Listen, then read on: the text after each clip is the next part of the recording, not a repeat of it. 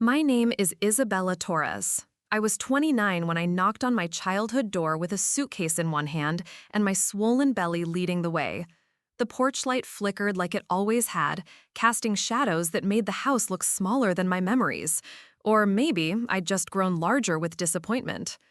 3 days earlier, Marcus packed his things while I watched from the couch, my feet too swollen to chase him. "I can't do this," he said, not looking at me. "The baby, the responsibility, your family." He paused at the door. "Your mother was right about me." Then he was gone, leaving me with nothing but the echo of his footsteps and the weight of a child I'd have to raise alone. Before we jump back in, tell us where you're tuning in from, and if this story touches you, make sure you're subscribed, because tomorrow I've saved something extra special for you.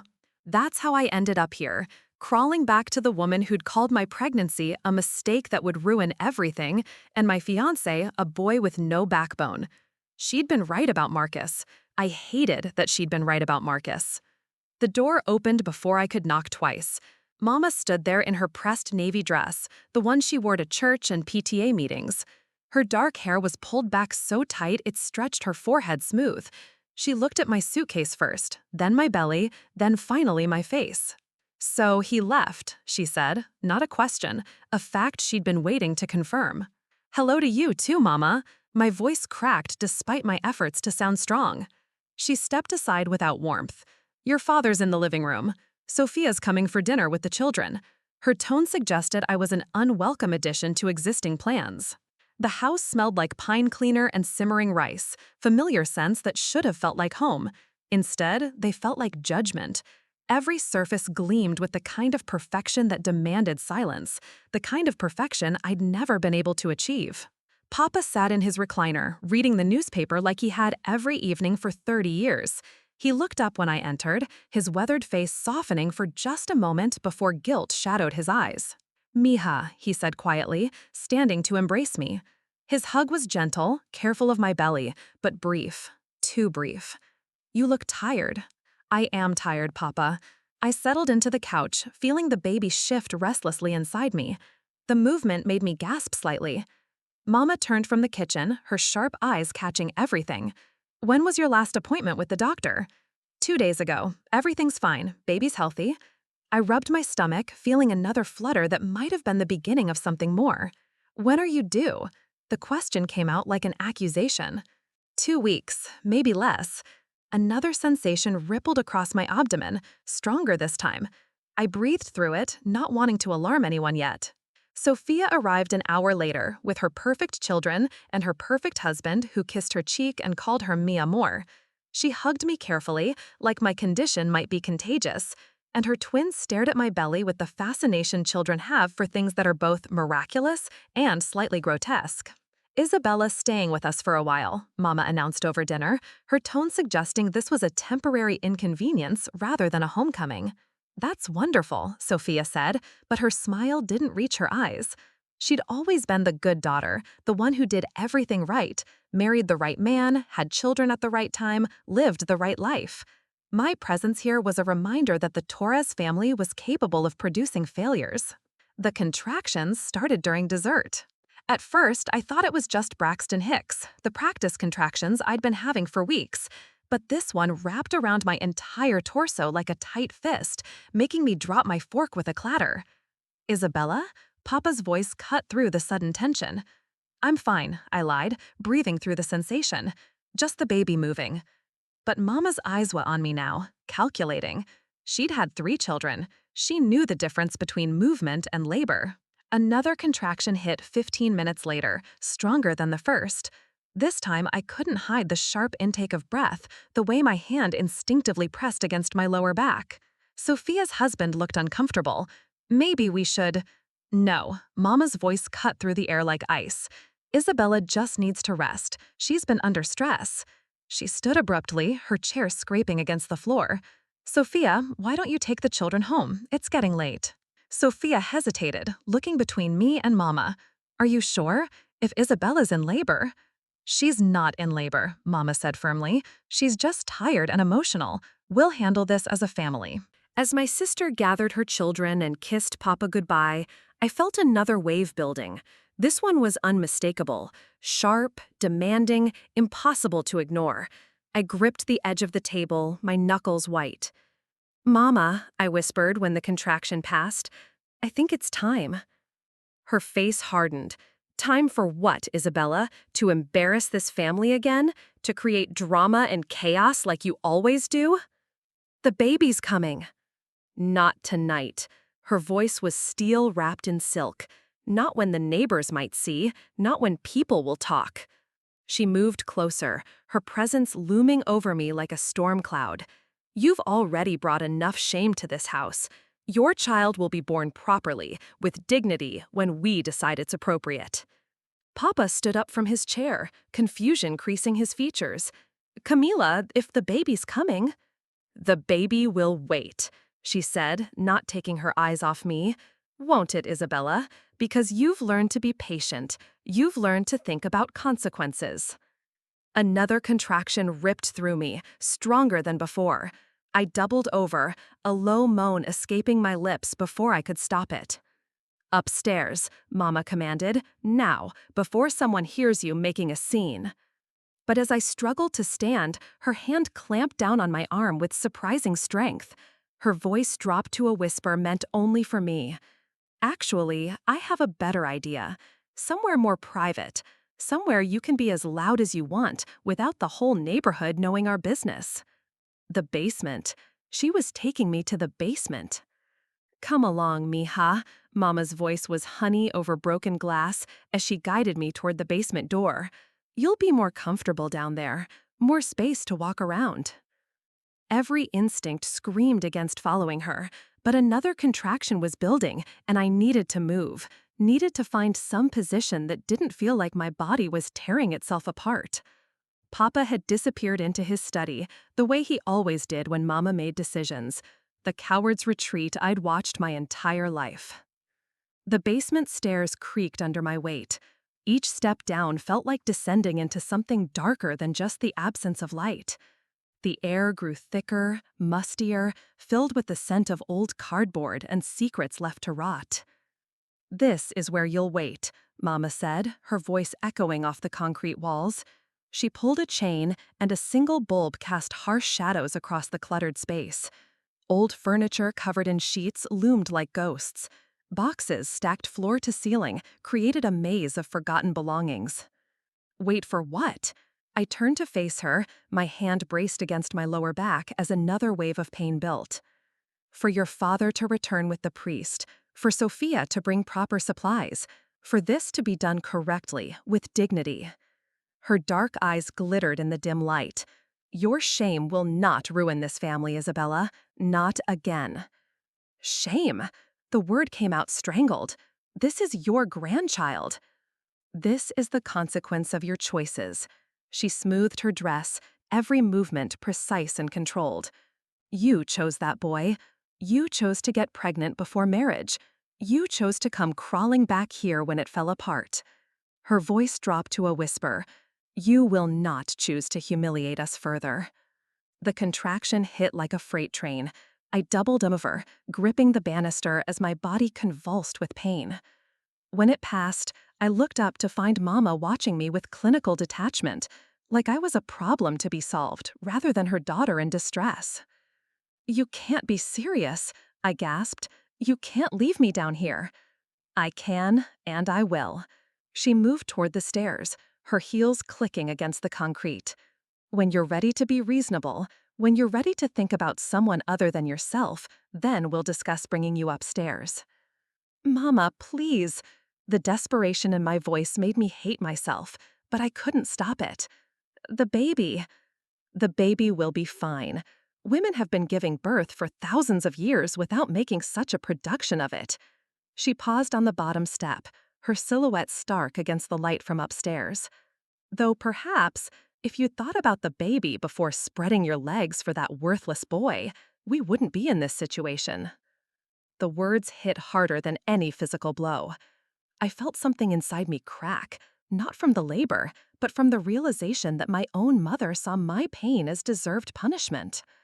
"I trusted you," I whispered. "And I'm protecting you. From yourself, from your poor decisions, from the consequences of your selfishness. She climbed another step.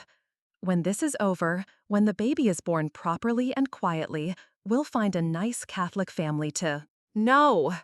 The word came out stronger than I felt.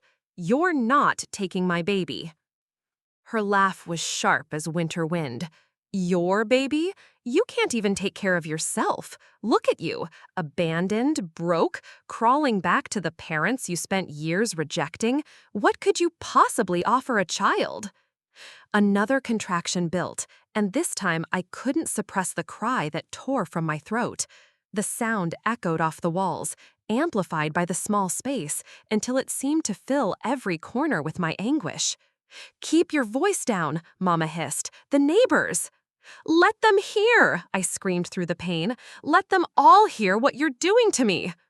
Her face went white with fury. "Isabella Maria Torres, you will control yourself this instant." "I will not be quiet anymore." The words came from somewhere deep inside me, from years of swallowed protests and silenced dreams. "I will not hide in shame because you're embarrassed by my existence." She climbed back down the stairs, her movements sharp and predatory. For a moment, I thought she might hit me.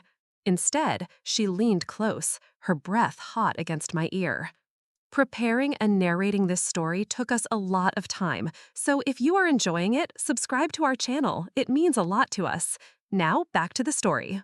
"You will be quiet," she whispered, "because if you're not, if you bring scandal to this house, I will make sure everyone knows exactly what kind of daughter you really are. The kind who seduces innocent boys and ruins their futures. The kind who comes home pregnant and demanding we clean up her mess." She straightened, smoothing her hair. "The kind who abandons her own child rather than face responsibility. You wouldn't. Try me." She climbed the stairs without looking back. At the top, she paused one final time. "The father will be here soon to perform last rites if needed. Until then, you'll stay exactly where you are and think about the choices that brought you here." The door slammed shut. The lock clicked. The sound echoed through the basement like a gunshot, final and absolute. I stood frozen in the dim light, my hand still pressed against my aching back, unable to process what had just happened. My own mother had locked me in the basement while I was in labor. I pressed my face against the door, pounding weakly with my fists. "Mama, Mama, please, you can't do this." But my voice was swallowed by the thick wood and her silence above. Another contraction ripped through me, stronger than any before. I slumped against the door, sliding down until I was sitting on the cold concrete floor. The pain was getting worse, more frequent. This baby was coming, whether my mother approved or not. In the dim light, surrounded by the detritus of family history, I realized something that made my blood run cold. The boxes around me weren't just old belongings. They were hidden things, secret things my family never wanted anyone to find. 20 minutes passed between contractions, then 15, then 10. Each wave of pain felt like my body was being turned inside out, and in the spaces between, I found myself staring at the boxes surrounding me with new eyes. Why had Mama brought me here, of all places? The guest room would have been more logical if she truly wanted to hide me. Hell, even the garage would have been easier to explain if someone came looking. But the basement was where you put things you never wanted to see the light of day again. I struggled to my feet, using the wall for support, and moved deeper into the maze of storage. Most of the boxes were labeled in Papa's careful handwriting.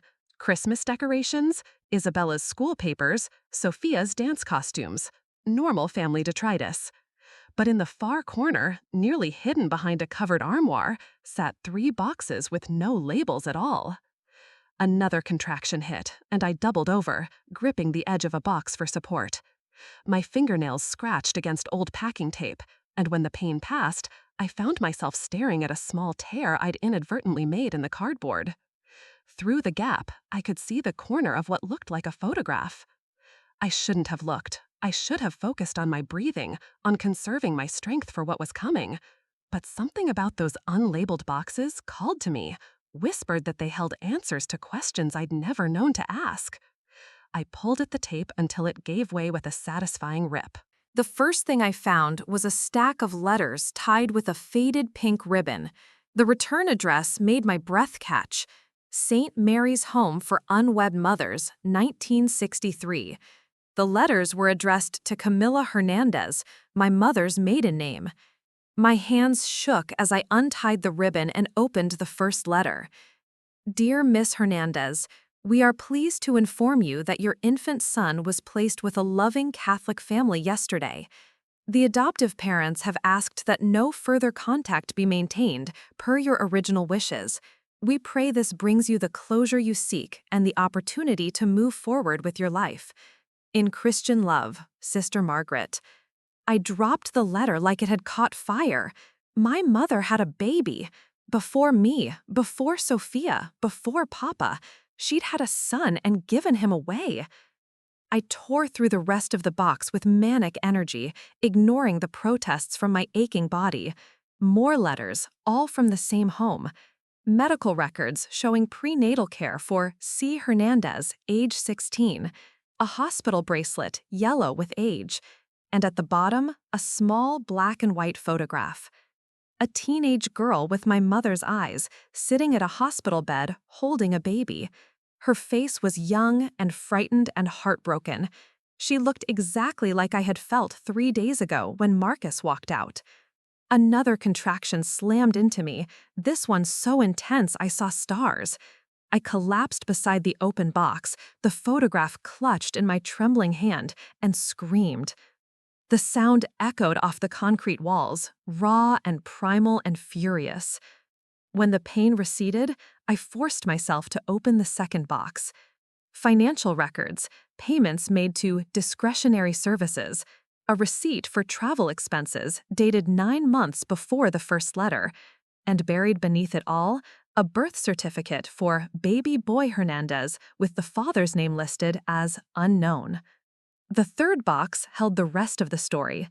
Newspaper clippings about a promising young woman who had won a scholarship to secretarial school but had to decline due to family obligations.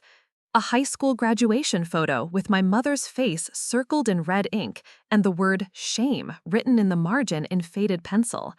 Letters from relatives cutting off contact, discussing the embarrassment she'd brought to the family name.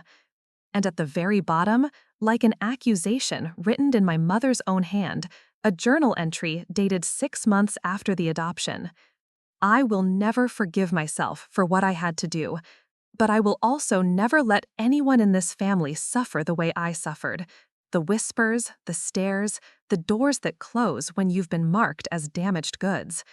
If I ever have daughters, they will be perfect. They will be everything I wasn't allowed to be. They will never know this shame. The journal shook in my hands as another contraction built. This one was different, deeper, more urgent. The baby was coming, and my body was taking over, whether I was ready or not. But through the pain, through the fear, one thought burned bright and clear. My mother wasn't protecting the family from my shame. She was protecting herself from reliving her own. Everything made sense now. The impossible standards, the constant criticism, the way she looked at me like I was a walking reminder of failure. She saw her 16-year-old self in my situation and couldn't bear it. So she'd locked me away, just like her family had locked her away 60 years ago. The cycle was repeating itself, and she was too broken to see it. I pressed my back against the cold wall and screamed again, this time not just from physical pain, but from the weight of generations of women silenced by shame. My grandmother had probably done the same thing to my mother, and before that, someone had done it to her. But not my daughter, never my daughter. The contraction peaked and crashed over me like a wave, and in its wake, I heard something that made my heart stop. Footsteps above. Voices, the murmur of conversation drifting through the floorboards. Mrs. Torres, we heard screaming. Is everything all right? Neighbors, someone had heard me. I took the deepest breath I could manage and screamed again, louder this time, putting everything I had into the sound, all my pain, all my rage, all my determination that this would end with me. "Help me! She locked me in the basement! I'm having a baby!" The voices above grew urgent, confused. I heard my mother's honey-smooth tone trying to explain, to deflect, to lie. But I kept screaming. I screamed until my throat was raw, until my voice cracked and broke.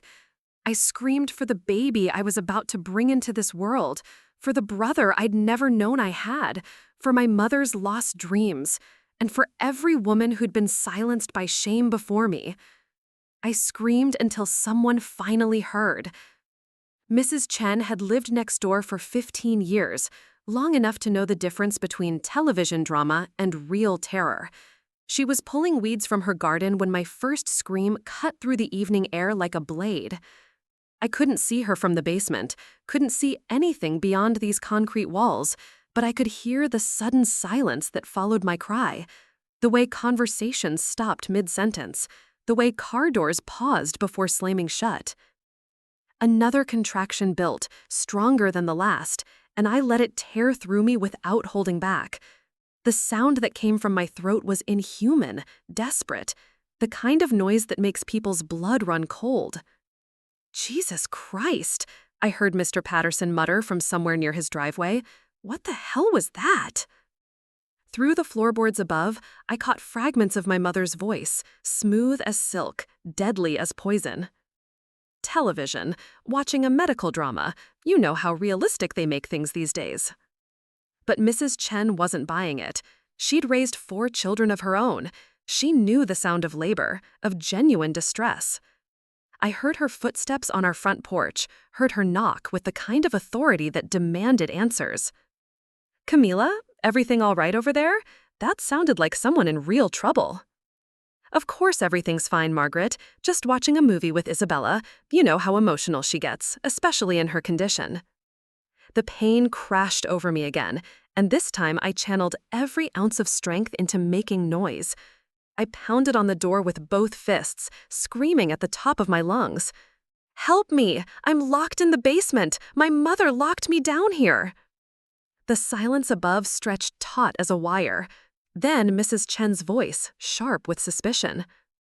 "Camila, open this door, now." "I'm afraid that's not possible. Isabella is unwell, delirious. The pregnancy has been very difficult for her mentally, and—" "Margaret!" I screamed, remembering her name, using it like a lifeline. "Margaret Chen, I'm having a baby and she won't let me out." Another voice joined the fray, Mr. Patterson, gruff and no-nonsense. "Camila, if that girl's in labor, you need to get her to a hospital, not lock her in your basement like some kind of animal." "How dare you suggest?" "I'm suggesting you open that damn door before I call the police." Through my haze of pain, I heard the most beautiful sound in the world, Mrs. Chen's voice, calm and decisive. "Tom, call 911. Tell them we have a woman in active labor being held against her will. I'm not leaving this porch until they get here." "You're making a terrible mistake." Mama's voice had lost its honeyed coating, revealing the steel beneath. "Isabella is confused, frightened. She doesn't know what she's saying." "Then let her say it to the paramedics." I collapsed against the door, sobbing with relief and pain in equal measure. Someone believed me. Someone was fighting for me. The isolation that had wrapped around me like a shroud was finally cracking. But Mama wasn't finished. I heard her switch tactics, her voice dropping to that dangerous whisper I knew so well. "Margaret, you've known our family for years. Do you really think I would hurt my own daughter? Isabella has been struggling with mental health issues, delusions, the stress of the pregnancy, the abandonment by her fiancé. She's not thinking clearly." A moment of doubt crept into Mrs. Chen's voice. She sounded pretty clear to me. "Delusions often do. Please, as a friend, as a neighbor, give me the chance to handle this privately, to get her the help she needs without creating a public spectacle that could destroy her reputation forever." I felt the conversation tilting away from me, felt the neighbor's certainty wavering. This was how Mama operated, planting seeds of doubt, making people question their own instincts, their own eyes and ears. Another contraction tore through me, and I realized something had changed. The pressure was different now, more urgent. The baby was coming, whether anyone believed me or not.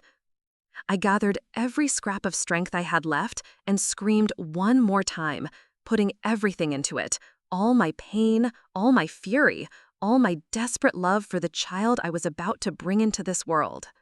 She hid her own baby 60 years ago. Check the boxes. She's repeating the cycle. Don't let her do this to another generation. The silence that followed was different, thicker, loaded with the weight of accusation that couldn't be easily dismissed. Then, faint but growing stronger, the most beautiful sound I'd ever heard, sirens in the distance, getting closer. The sirens were still distant when I heard the basement door unlock. For a wild moment, I thought it was the police, that help had arrived faster than possible. Instead, Sophia's face appeared in the gap, pale and frightened in the harsh light. Isabella? She slipped inside and closed the door behind her, but didn't lock it. Her hands shook as she descended the stairs. Dios mío, what are you doing down here? What am I doing? The question was so absurd it almost made me laugh, if I'd had the breath for it. Sophia, Mama locked me down here. I'm in labor, and she locked me in the basement. My sister stared at me, really looked at me, for what felt like the first time in years. Saw me clutching the concrete wall for support, saw the sweat beading on my forehead, saw the open boxes and scattered photographs around my feet. The neighbors called the police, she whispered. Mama sent me down to convince you to stop screaming, to tell them it was a misunderstanding. Another contraction built, and I gripped her arm without thinking. She didn't pull away, just let me squeeze until my knuckles went white and the pain crested and broke. When I could speak again, I looked into her eyes, the same dark brown as mine, as Mama's, as the teenager in that faded photograph. Look at the picture, Sophia. Look at what I found. She knelt beside me, gathering the scattered papers with trembling fingers. I watched her face change as she processed what she was seeing. The letters, the adoption records, the journal entries written in our mother's young hand. She had a baby, Sophia breathed. Before Papa, before us, she had a son. And gave him away, just like she wants me to give away mine. I pressed my hand to my belly as another wave of pressure built. This isn't about protecting the family's reputation, Sophia. This is about her trying to rewrite history, trying to control a situation she couldn't control when she was 16. Sophia sat back on her heels, the photograph of our teenage mother clutched in her hands. I don't understand. Why didn't she ever tell us? Because she spent her whole life pretending it never happened, making us perfect to prove she wasn't the failure her family said she was. The next contraction was stronger, closer. I could feel my body preparing for something I wasn't ready for. But I won't be silent, Sophia. I won't let her erase my baby the way her family erased her son. My sister's face crumpled. I've been such a coward. All these years, watching her criticize you, tear you down, and I never said anything. I was so afraid of losing her approval, of becoming the disappointment instead of you. You can still change that. I gripped her hand as another wave of pain hit. Help me. Don't let her do this. Sophia told out her phone with shaking fingers, then stopped. She'll never forgive me. And if you don't help me, I'll never forgive you. The words came out harsher than I intended, but I was past caring about feelings. This baby is coming, Sophia, with or without her permission, without medical help. I need someone on my side. She stared at the phone in her hands for a long moment. Above us, I could hear raised voices. Mama arguing with the neighbors, with what sounded like police officers. The sirens had stopped, which meant help was here, but not yet here enough. Take this. Sophia pressed the phone into my hands. Use it if... She swallowed hard. Use it when you need to. Where are you going? To distract her, to give you time. She stood up, smoothing her skirt with hands that still trembled. Isabella, I'm sorry. For everything. For not standing up for you, for not seeing what she was doing, for being too scared to… Go, I whispered, before she comes looking. Sophia paused at the bottom of the stairs, looking back at me, surrounded by the wreckage of our family's secrets. I named my daughter after you, you know. Isabella Sophia. I wanted her to have some of your strength. Then she was gone, her footsteps quick and light on the stairs.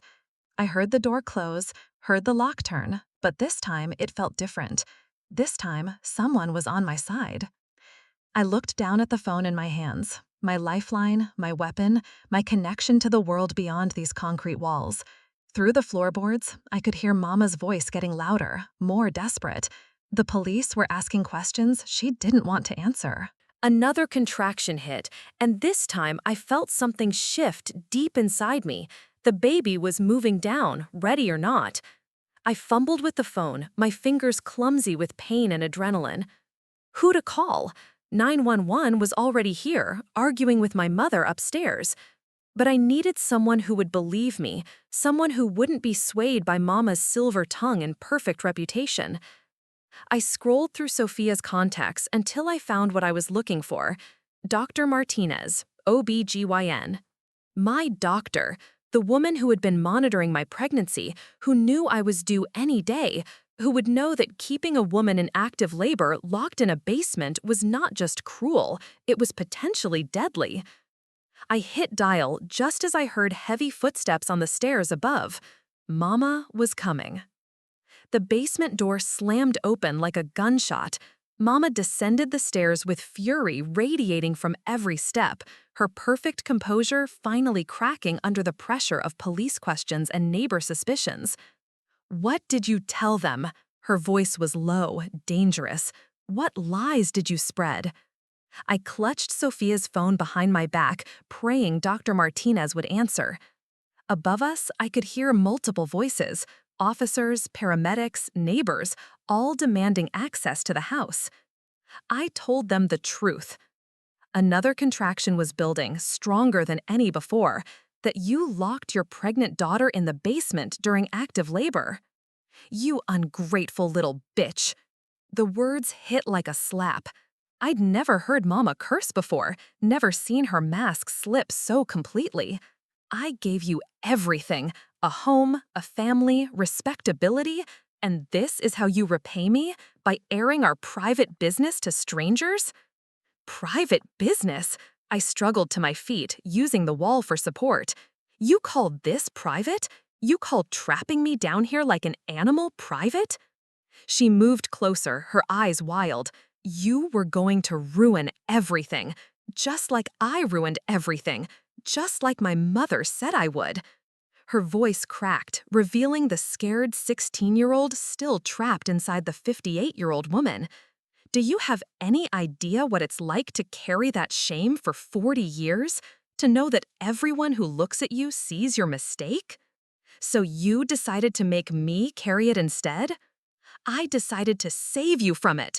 She grabbed my shoulders, her nails digging through my shirt.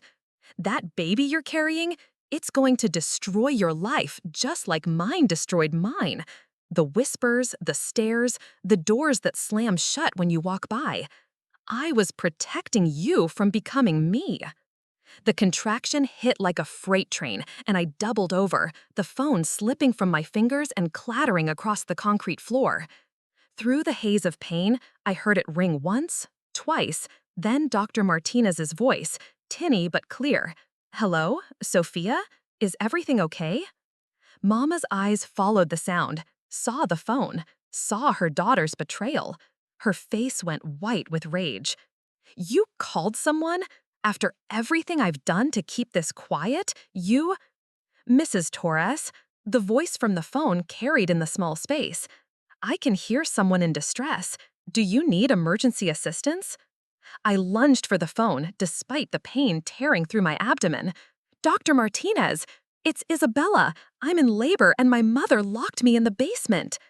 Mama dove for the phone at the same time, her carefully manicured nails scratching my hands as we fought for it. "She's delirious," she shouted toward the device. "Mental breakdown. Don't listen to her." "Isabella?" Dr. Martinez's voice was sharp with alarm. "Where are you exactly? Are you safe?" "Basement."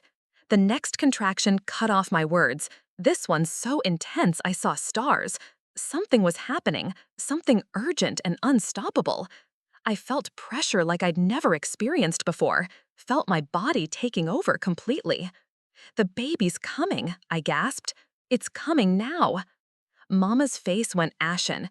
For the first time since this nightmare began, I saw real fear in her eyes. Fear that her need for control might actually kill us both. Above us, the voices were getting louder, more insistent.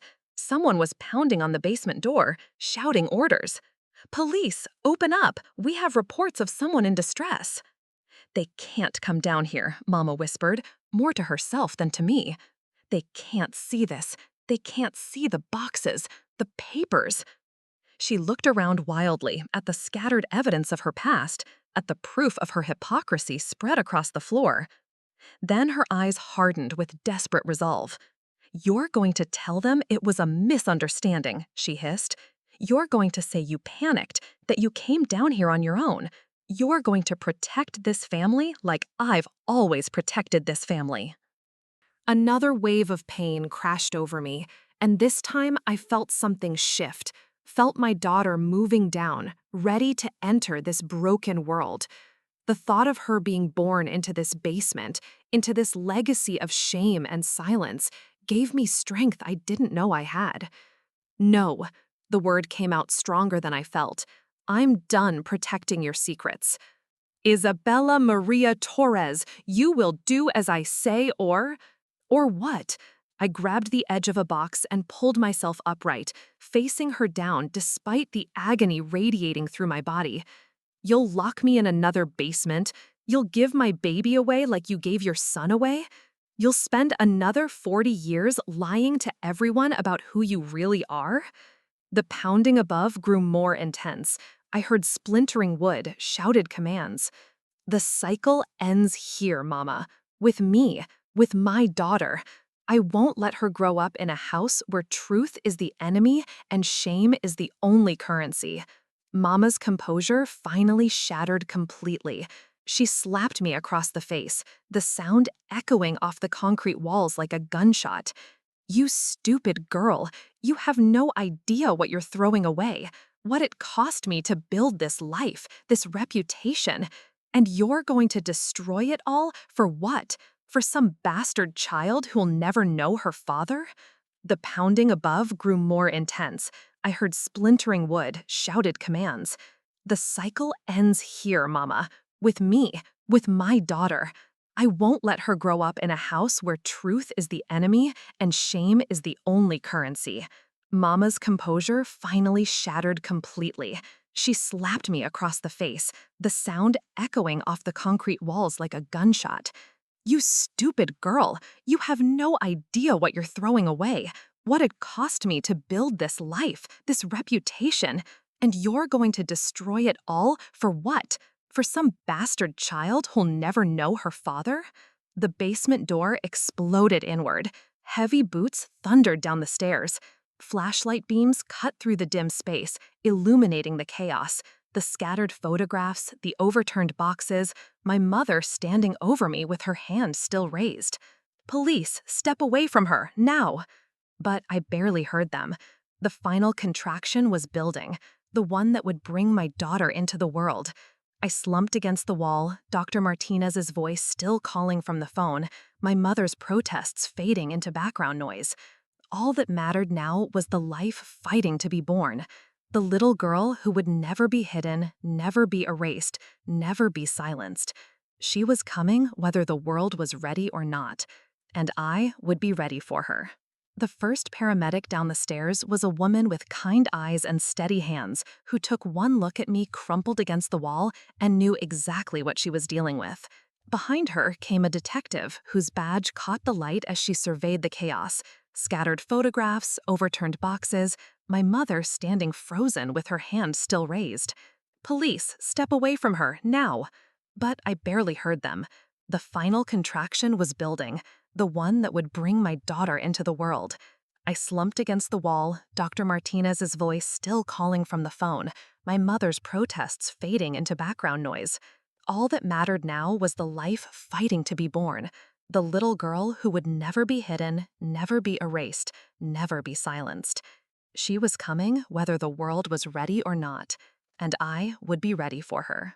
The first paramedic down the stairs was a woman with kind eyes and steady hands who took one look at me crumpled against the wall and knew exactly what she was dealing with. Behind her came a detective whose badge caught the light as she surveyed the chaos. Scattered photographs, overturned boxes, my mother standing frozen with her hand still raised. "Ma'am, I'm Detective Ramirez," the woman in the badge said, her voice cutting through Mama's protests. "Step away from your daughter, now." "This is a family matter," Mama said, but her voice had lost its steel. "A private medical situation that's been blown out of proportion by hysterical neighbors." Hysterical? The paramedic, her name tag read Sarah, knelt beside me, her fingers finding my pulse while her eyes assessed my condition. "This woman is in active labor and appears to have been confined against her will. That's not hysteria. That's a crime." Another contraction hit, stronger than any before, and I grabbed Sarah's arm with desperate strength.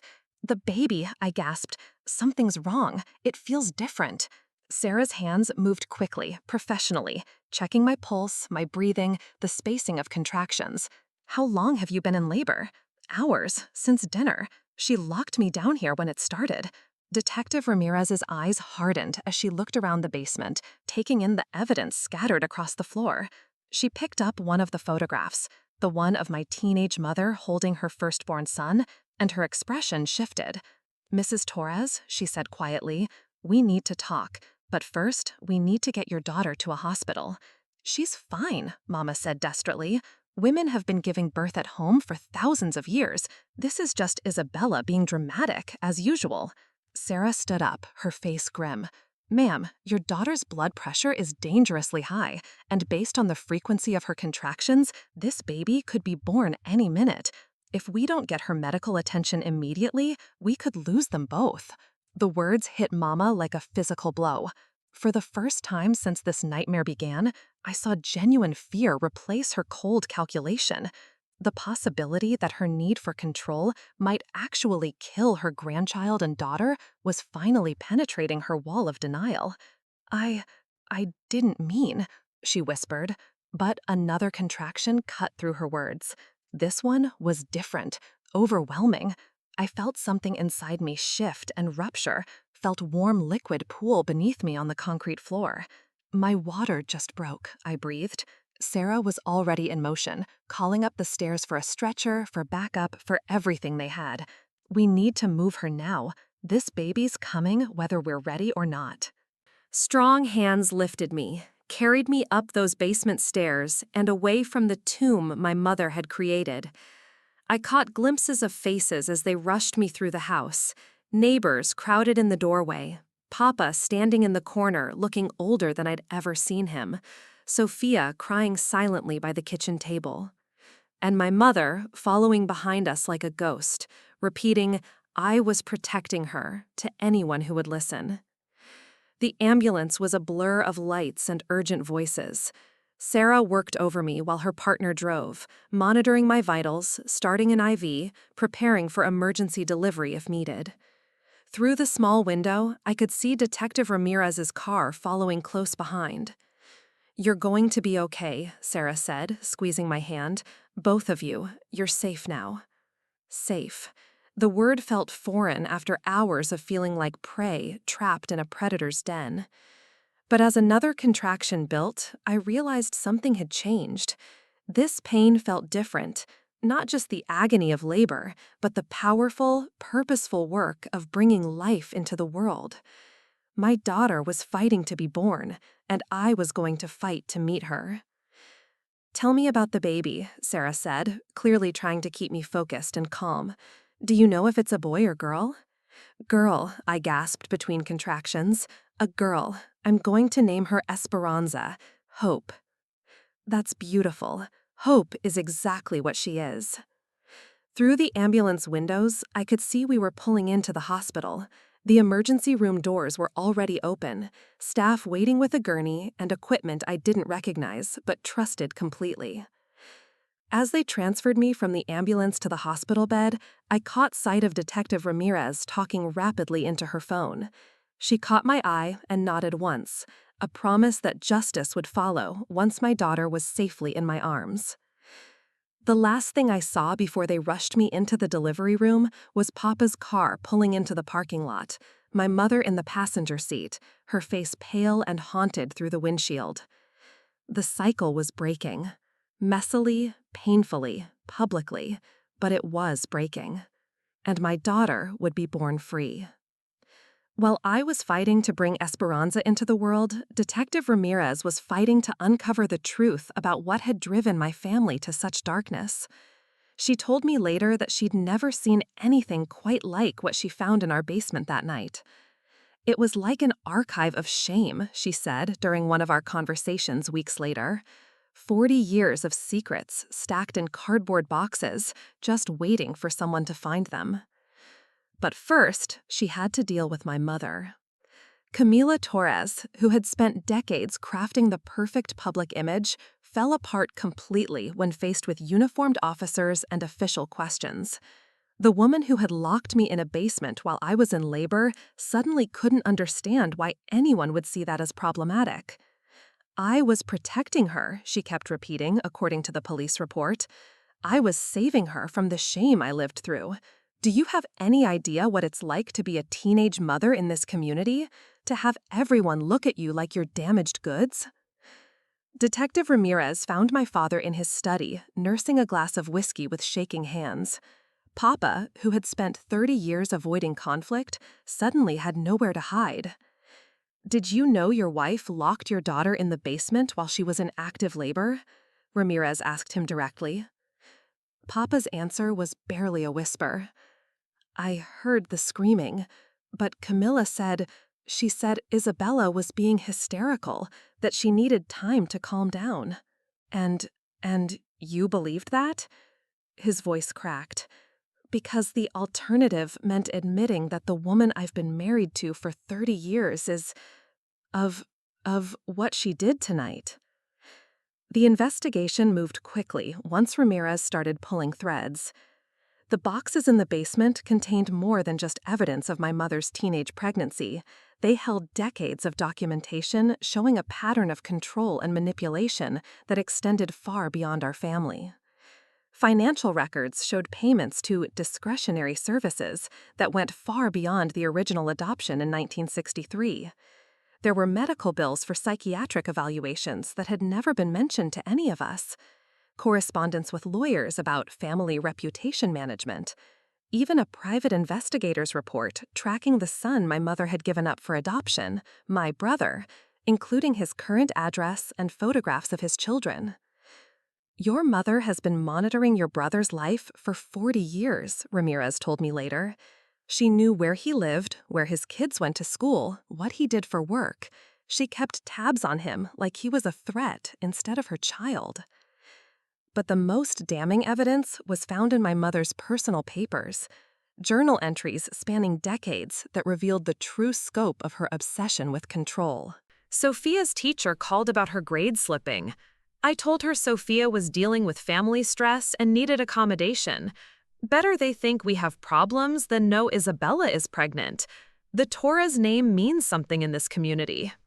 Diego suggested we support Isabella through this pregnancy, maybe help her raise the baby. He doesn't understand that some mistakes can't be forgiven, only hidden. I won't let her destroy what I've spent 40 years building. Found Isabella looking at adoption websites. She thinks she has choices. She doesn't understand that choice is a luxury we can't afford. The baby goes to a good Catholic family, and Isabella learns to be grateful for the second chance I'm giving her. The entries painted a picture of a woman so consumed by past shame that she'd lost the ability to see her children as human beings rather than extensions of her reputation. Meanwhile, Sophia was falling apart under questioning. My perfect sister, who had never broken a rule in her life, found herself admitting to police that she'd known something was wrong but had been too afraid to act. "I gave her my phone," she sobbed to Detective Ramirez. "I knew it was wrong what Mama was doing, but I was terrified of losing her approval. I've spent my whole life being the good daughter, and I couldn't bear the thought of becoming the disappointment instead of Isabella." The community reaction was swift and brutal. By morning, news trucks lined our street. The Torres family, who had spent decades building a reputation for respectability, became the subject of every whispered conversation in town. Mrs. Chen became something of a local hero for calling 911. "I knew that girl was in real trouble," she told reporters. "No mother locks her daughter in a basement during labor unless something is very, very wrong with that family." The charges came down like a hammer: unlawful imprisonment, child endangerment, and several counts related to the falsified medical records found in the basement. My mother, who had spent 40 years carefully curating her image, saw it destroyed in a single night. But the most devastating blow came when Detective Ramirez tracked down my brother. His name was Michael. He was a teacher in Portland, married, with 3 children of his own. When Ramirez contacted him about his biological mother, his response was immediate and heartbreaking. "I've been looking for her my whole life," he said. "Not because I wanted anything from her, but because I wanted her to know that giving me up was the right choice. My adoptive parents were wonderful. I had a beautiful childhood, a great education, a loving family. I wanted to thank her." Ramirez showed him the private investigator reports, the photographs, the evidence that his biological mother had been watching him from a distance for decades. She knew where I lived. She knew about my children, my career, my life, and she never once tried to contact me. According to her journals, she was afraid that any contact would bring shame on both families. Michael was quiet for a long moment. Then he said the words that broke my heart when Ramirez repeated them to me. "Tell my sister, Isabella, that she's braver than our mother ever was. Breaking the silence is the hardest thing you can do, but it's the only way the healing can start." By the time they brought the charges against my mother, I was holding my daughter and planning our future. But the investigation continued, and with it, the painful process of understanding how 40 years of shame had poisoned my family. The cycle was broken, but the debris was still falling.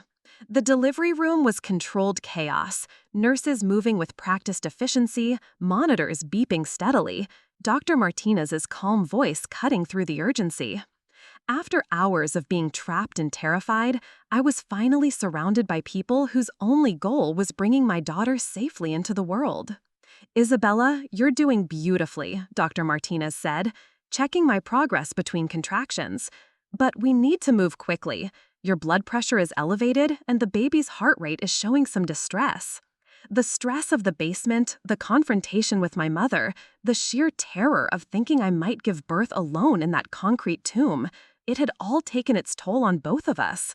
But Esperanza was a fighter.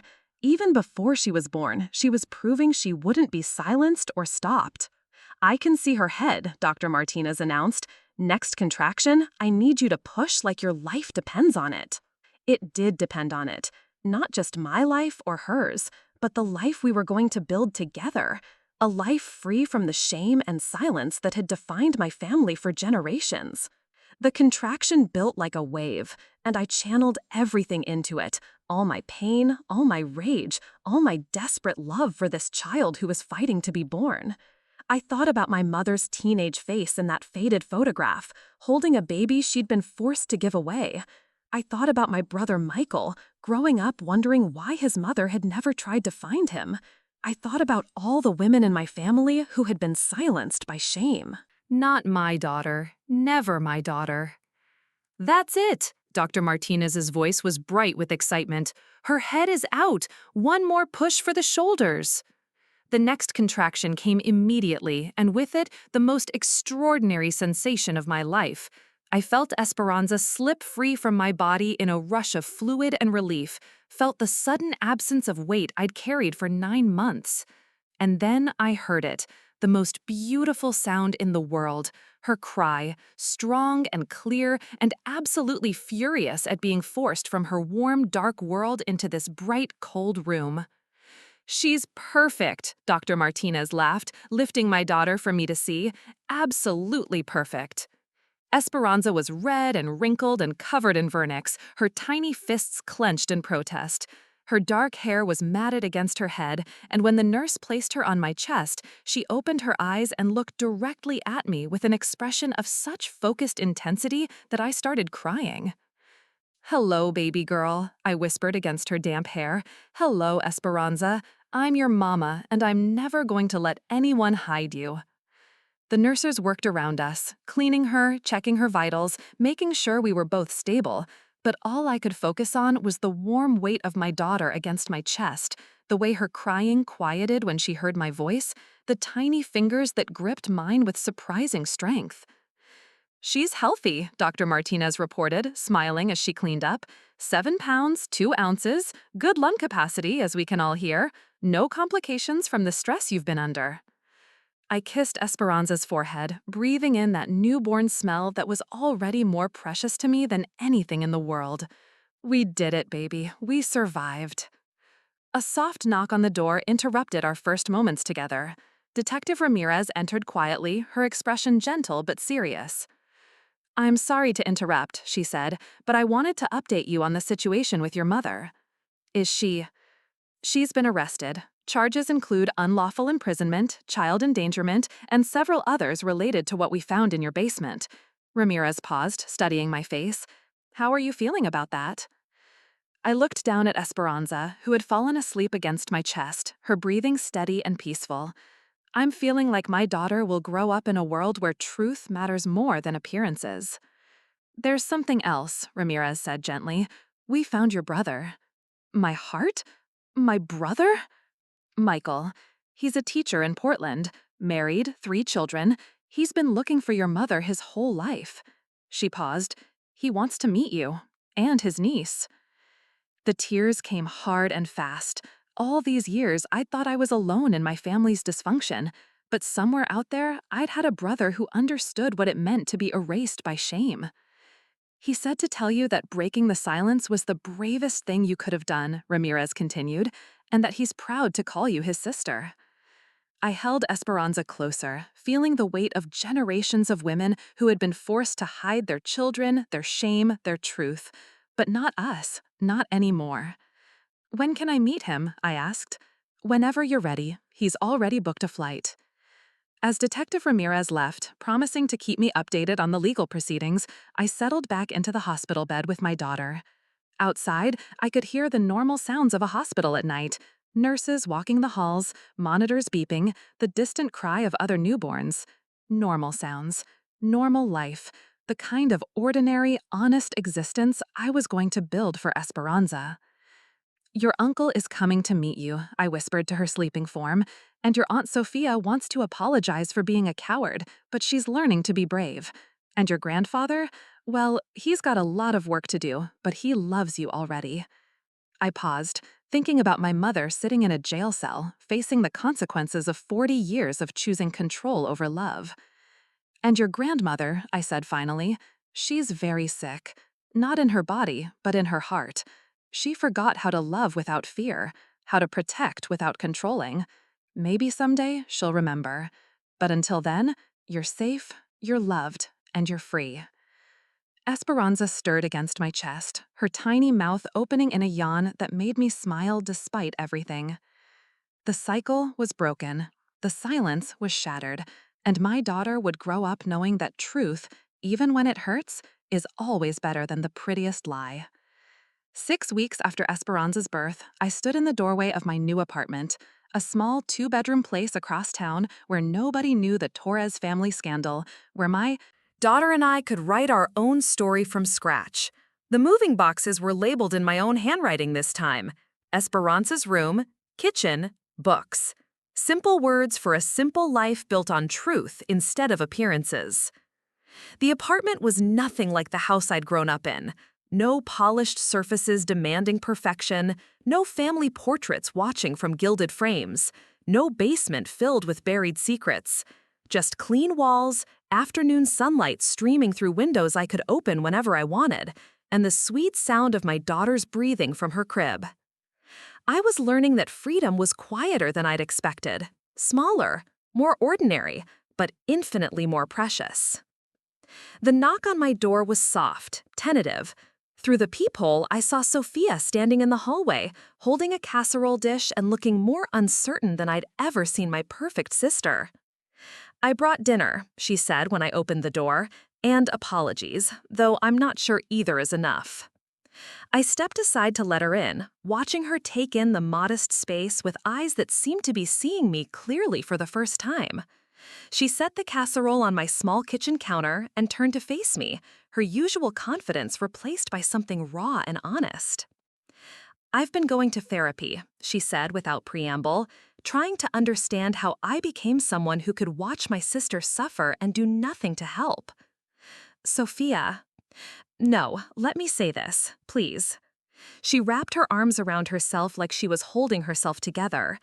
"I spent 31 years being the good daughter, the one who followed every rule and met every expectation. I thought it made me better than you, stronger. But when it mattered most, when you needed someone to stand up for you, I was too much of a coward to risk Mama's disapproval." Esperanza stirred in her bouncy seat, making those little newborn noises that still made my heart flutter. Sophia's eyes softened as she looked at her niece. "She's beautiful," she whispered. "She looks like you did as a baby." "She looks like hope," I said, settling into the rocking chair I'd found at a thrift store. "Like a future that doesn't have to repeat the past." Sophia sat on my small couch, her designer clothes looking out of place in my simple living room. "The trial starts next month." I nodded. I'd been avoiding thinking about it, focusing instead on feeding schedules and pediatrician appointments and all the beautiful, mundane details of raising a daughter. But my mother's reckoning was coming whether I was ready for it or not. "Are you going to testify?" Sophia asked. "Yes, Detective Ramirez says my testimony is crucial, but honestly, I'm not doing it for the prosecution." I touched Esperanza's tiny hand, marveling at her perfect fingernails. "I'm doing it for her," Sophia said. "So she'll know that when someone tries to silence you, you fight back with truth. I want to testify too, about what I saw, what I knew, what I should have done." "Sophia, you don't have to." "Yes, I do. For Esperanza, but also for my own daughters. I want them to see that speaking truth is more important than keeping peace, that courage isn't comfortable, but it's necessary." We sat in comfortable silence for a moment, watching Esperanza sleep. Then Sophia spoke again, her voice barely above a whisper. "I met him, Michael, our brother." My heart clenched. I'd spoken to Michael on the phone twice since Detective Ramirez had found him, but we hadn't met in person yet.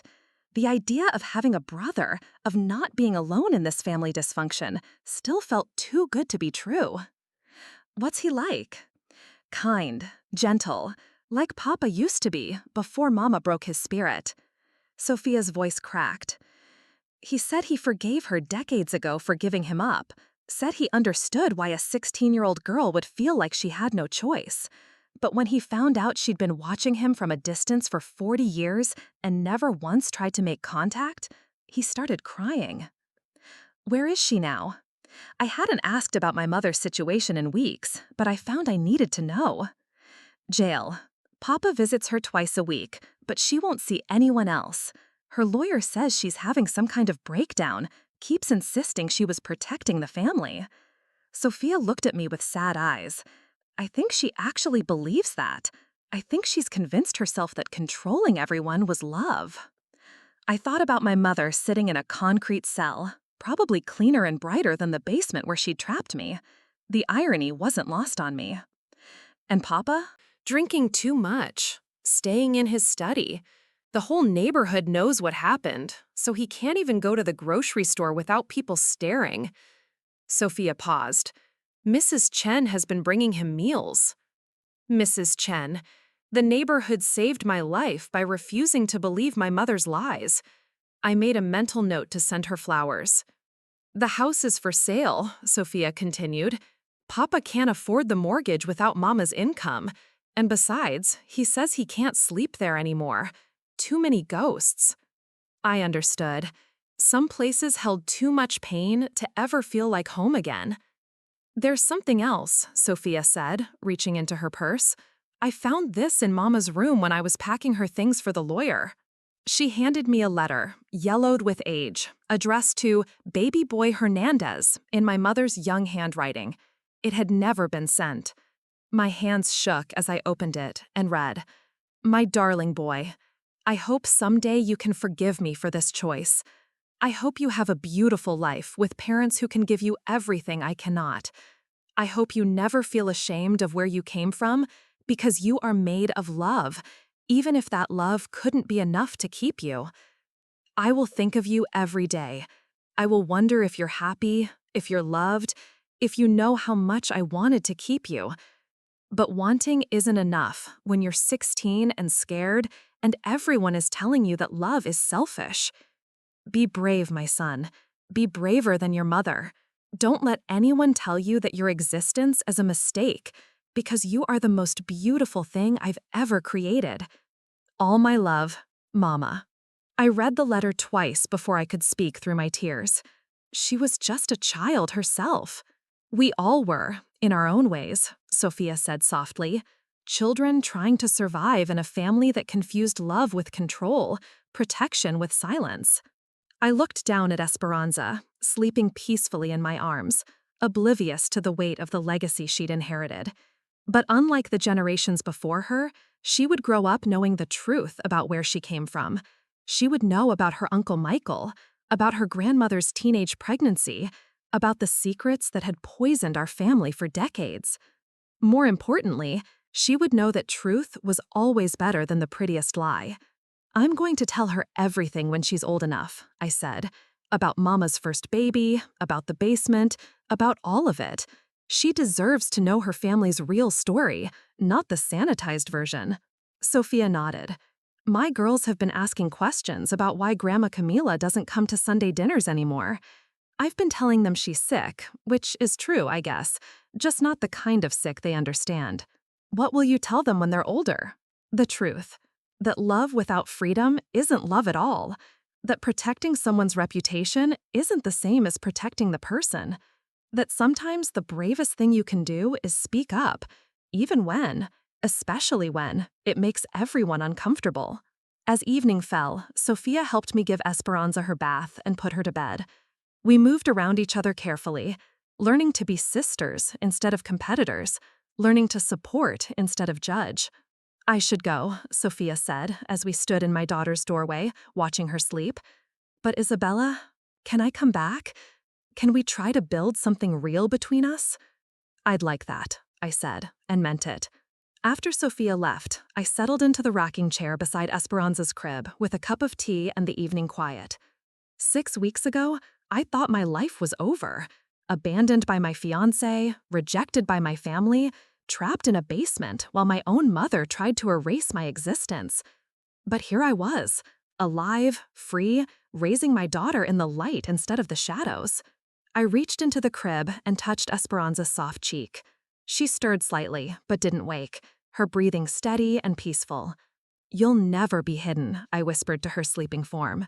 You'll never be a secret, or a shame, or a mistake to be covered up. You'll always have a place in the light, my brave girl. You'll always have a voice, and I'll always listen. Outside my window, the neighborhood was settling into evening routines. Porch lights coming on, families gathering for dinner, the ordinary magic of people living their lives openly and honestly. Tomorrow would bring new challenges. The trial, the media attention, the long process of healing from generational trauma. But tonight, my daughter slept safely in her own room, in our own home, surrounded by truth instead of lies.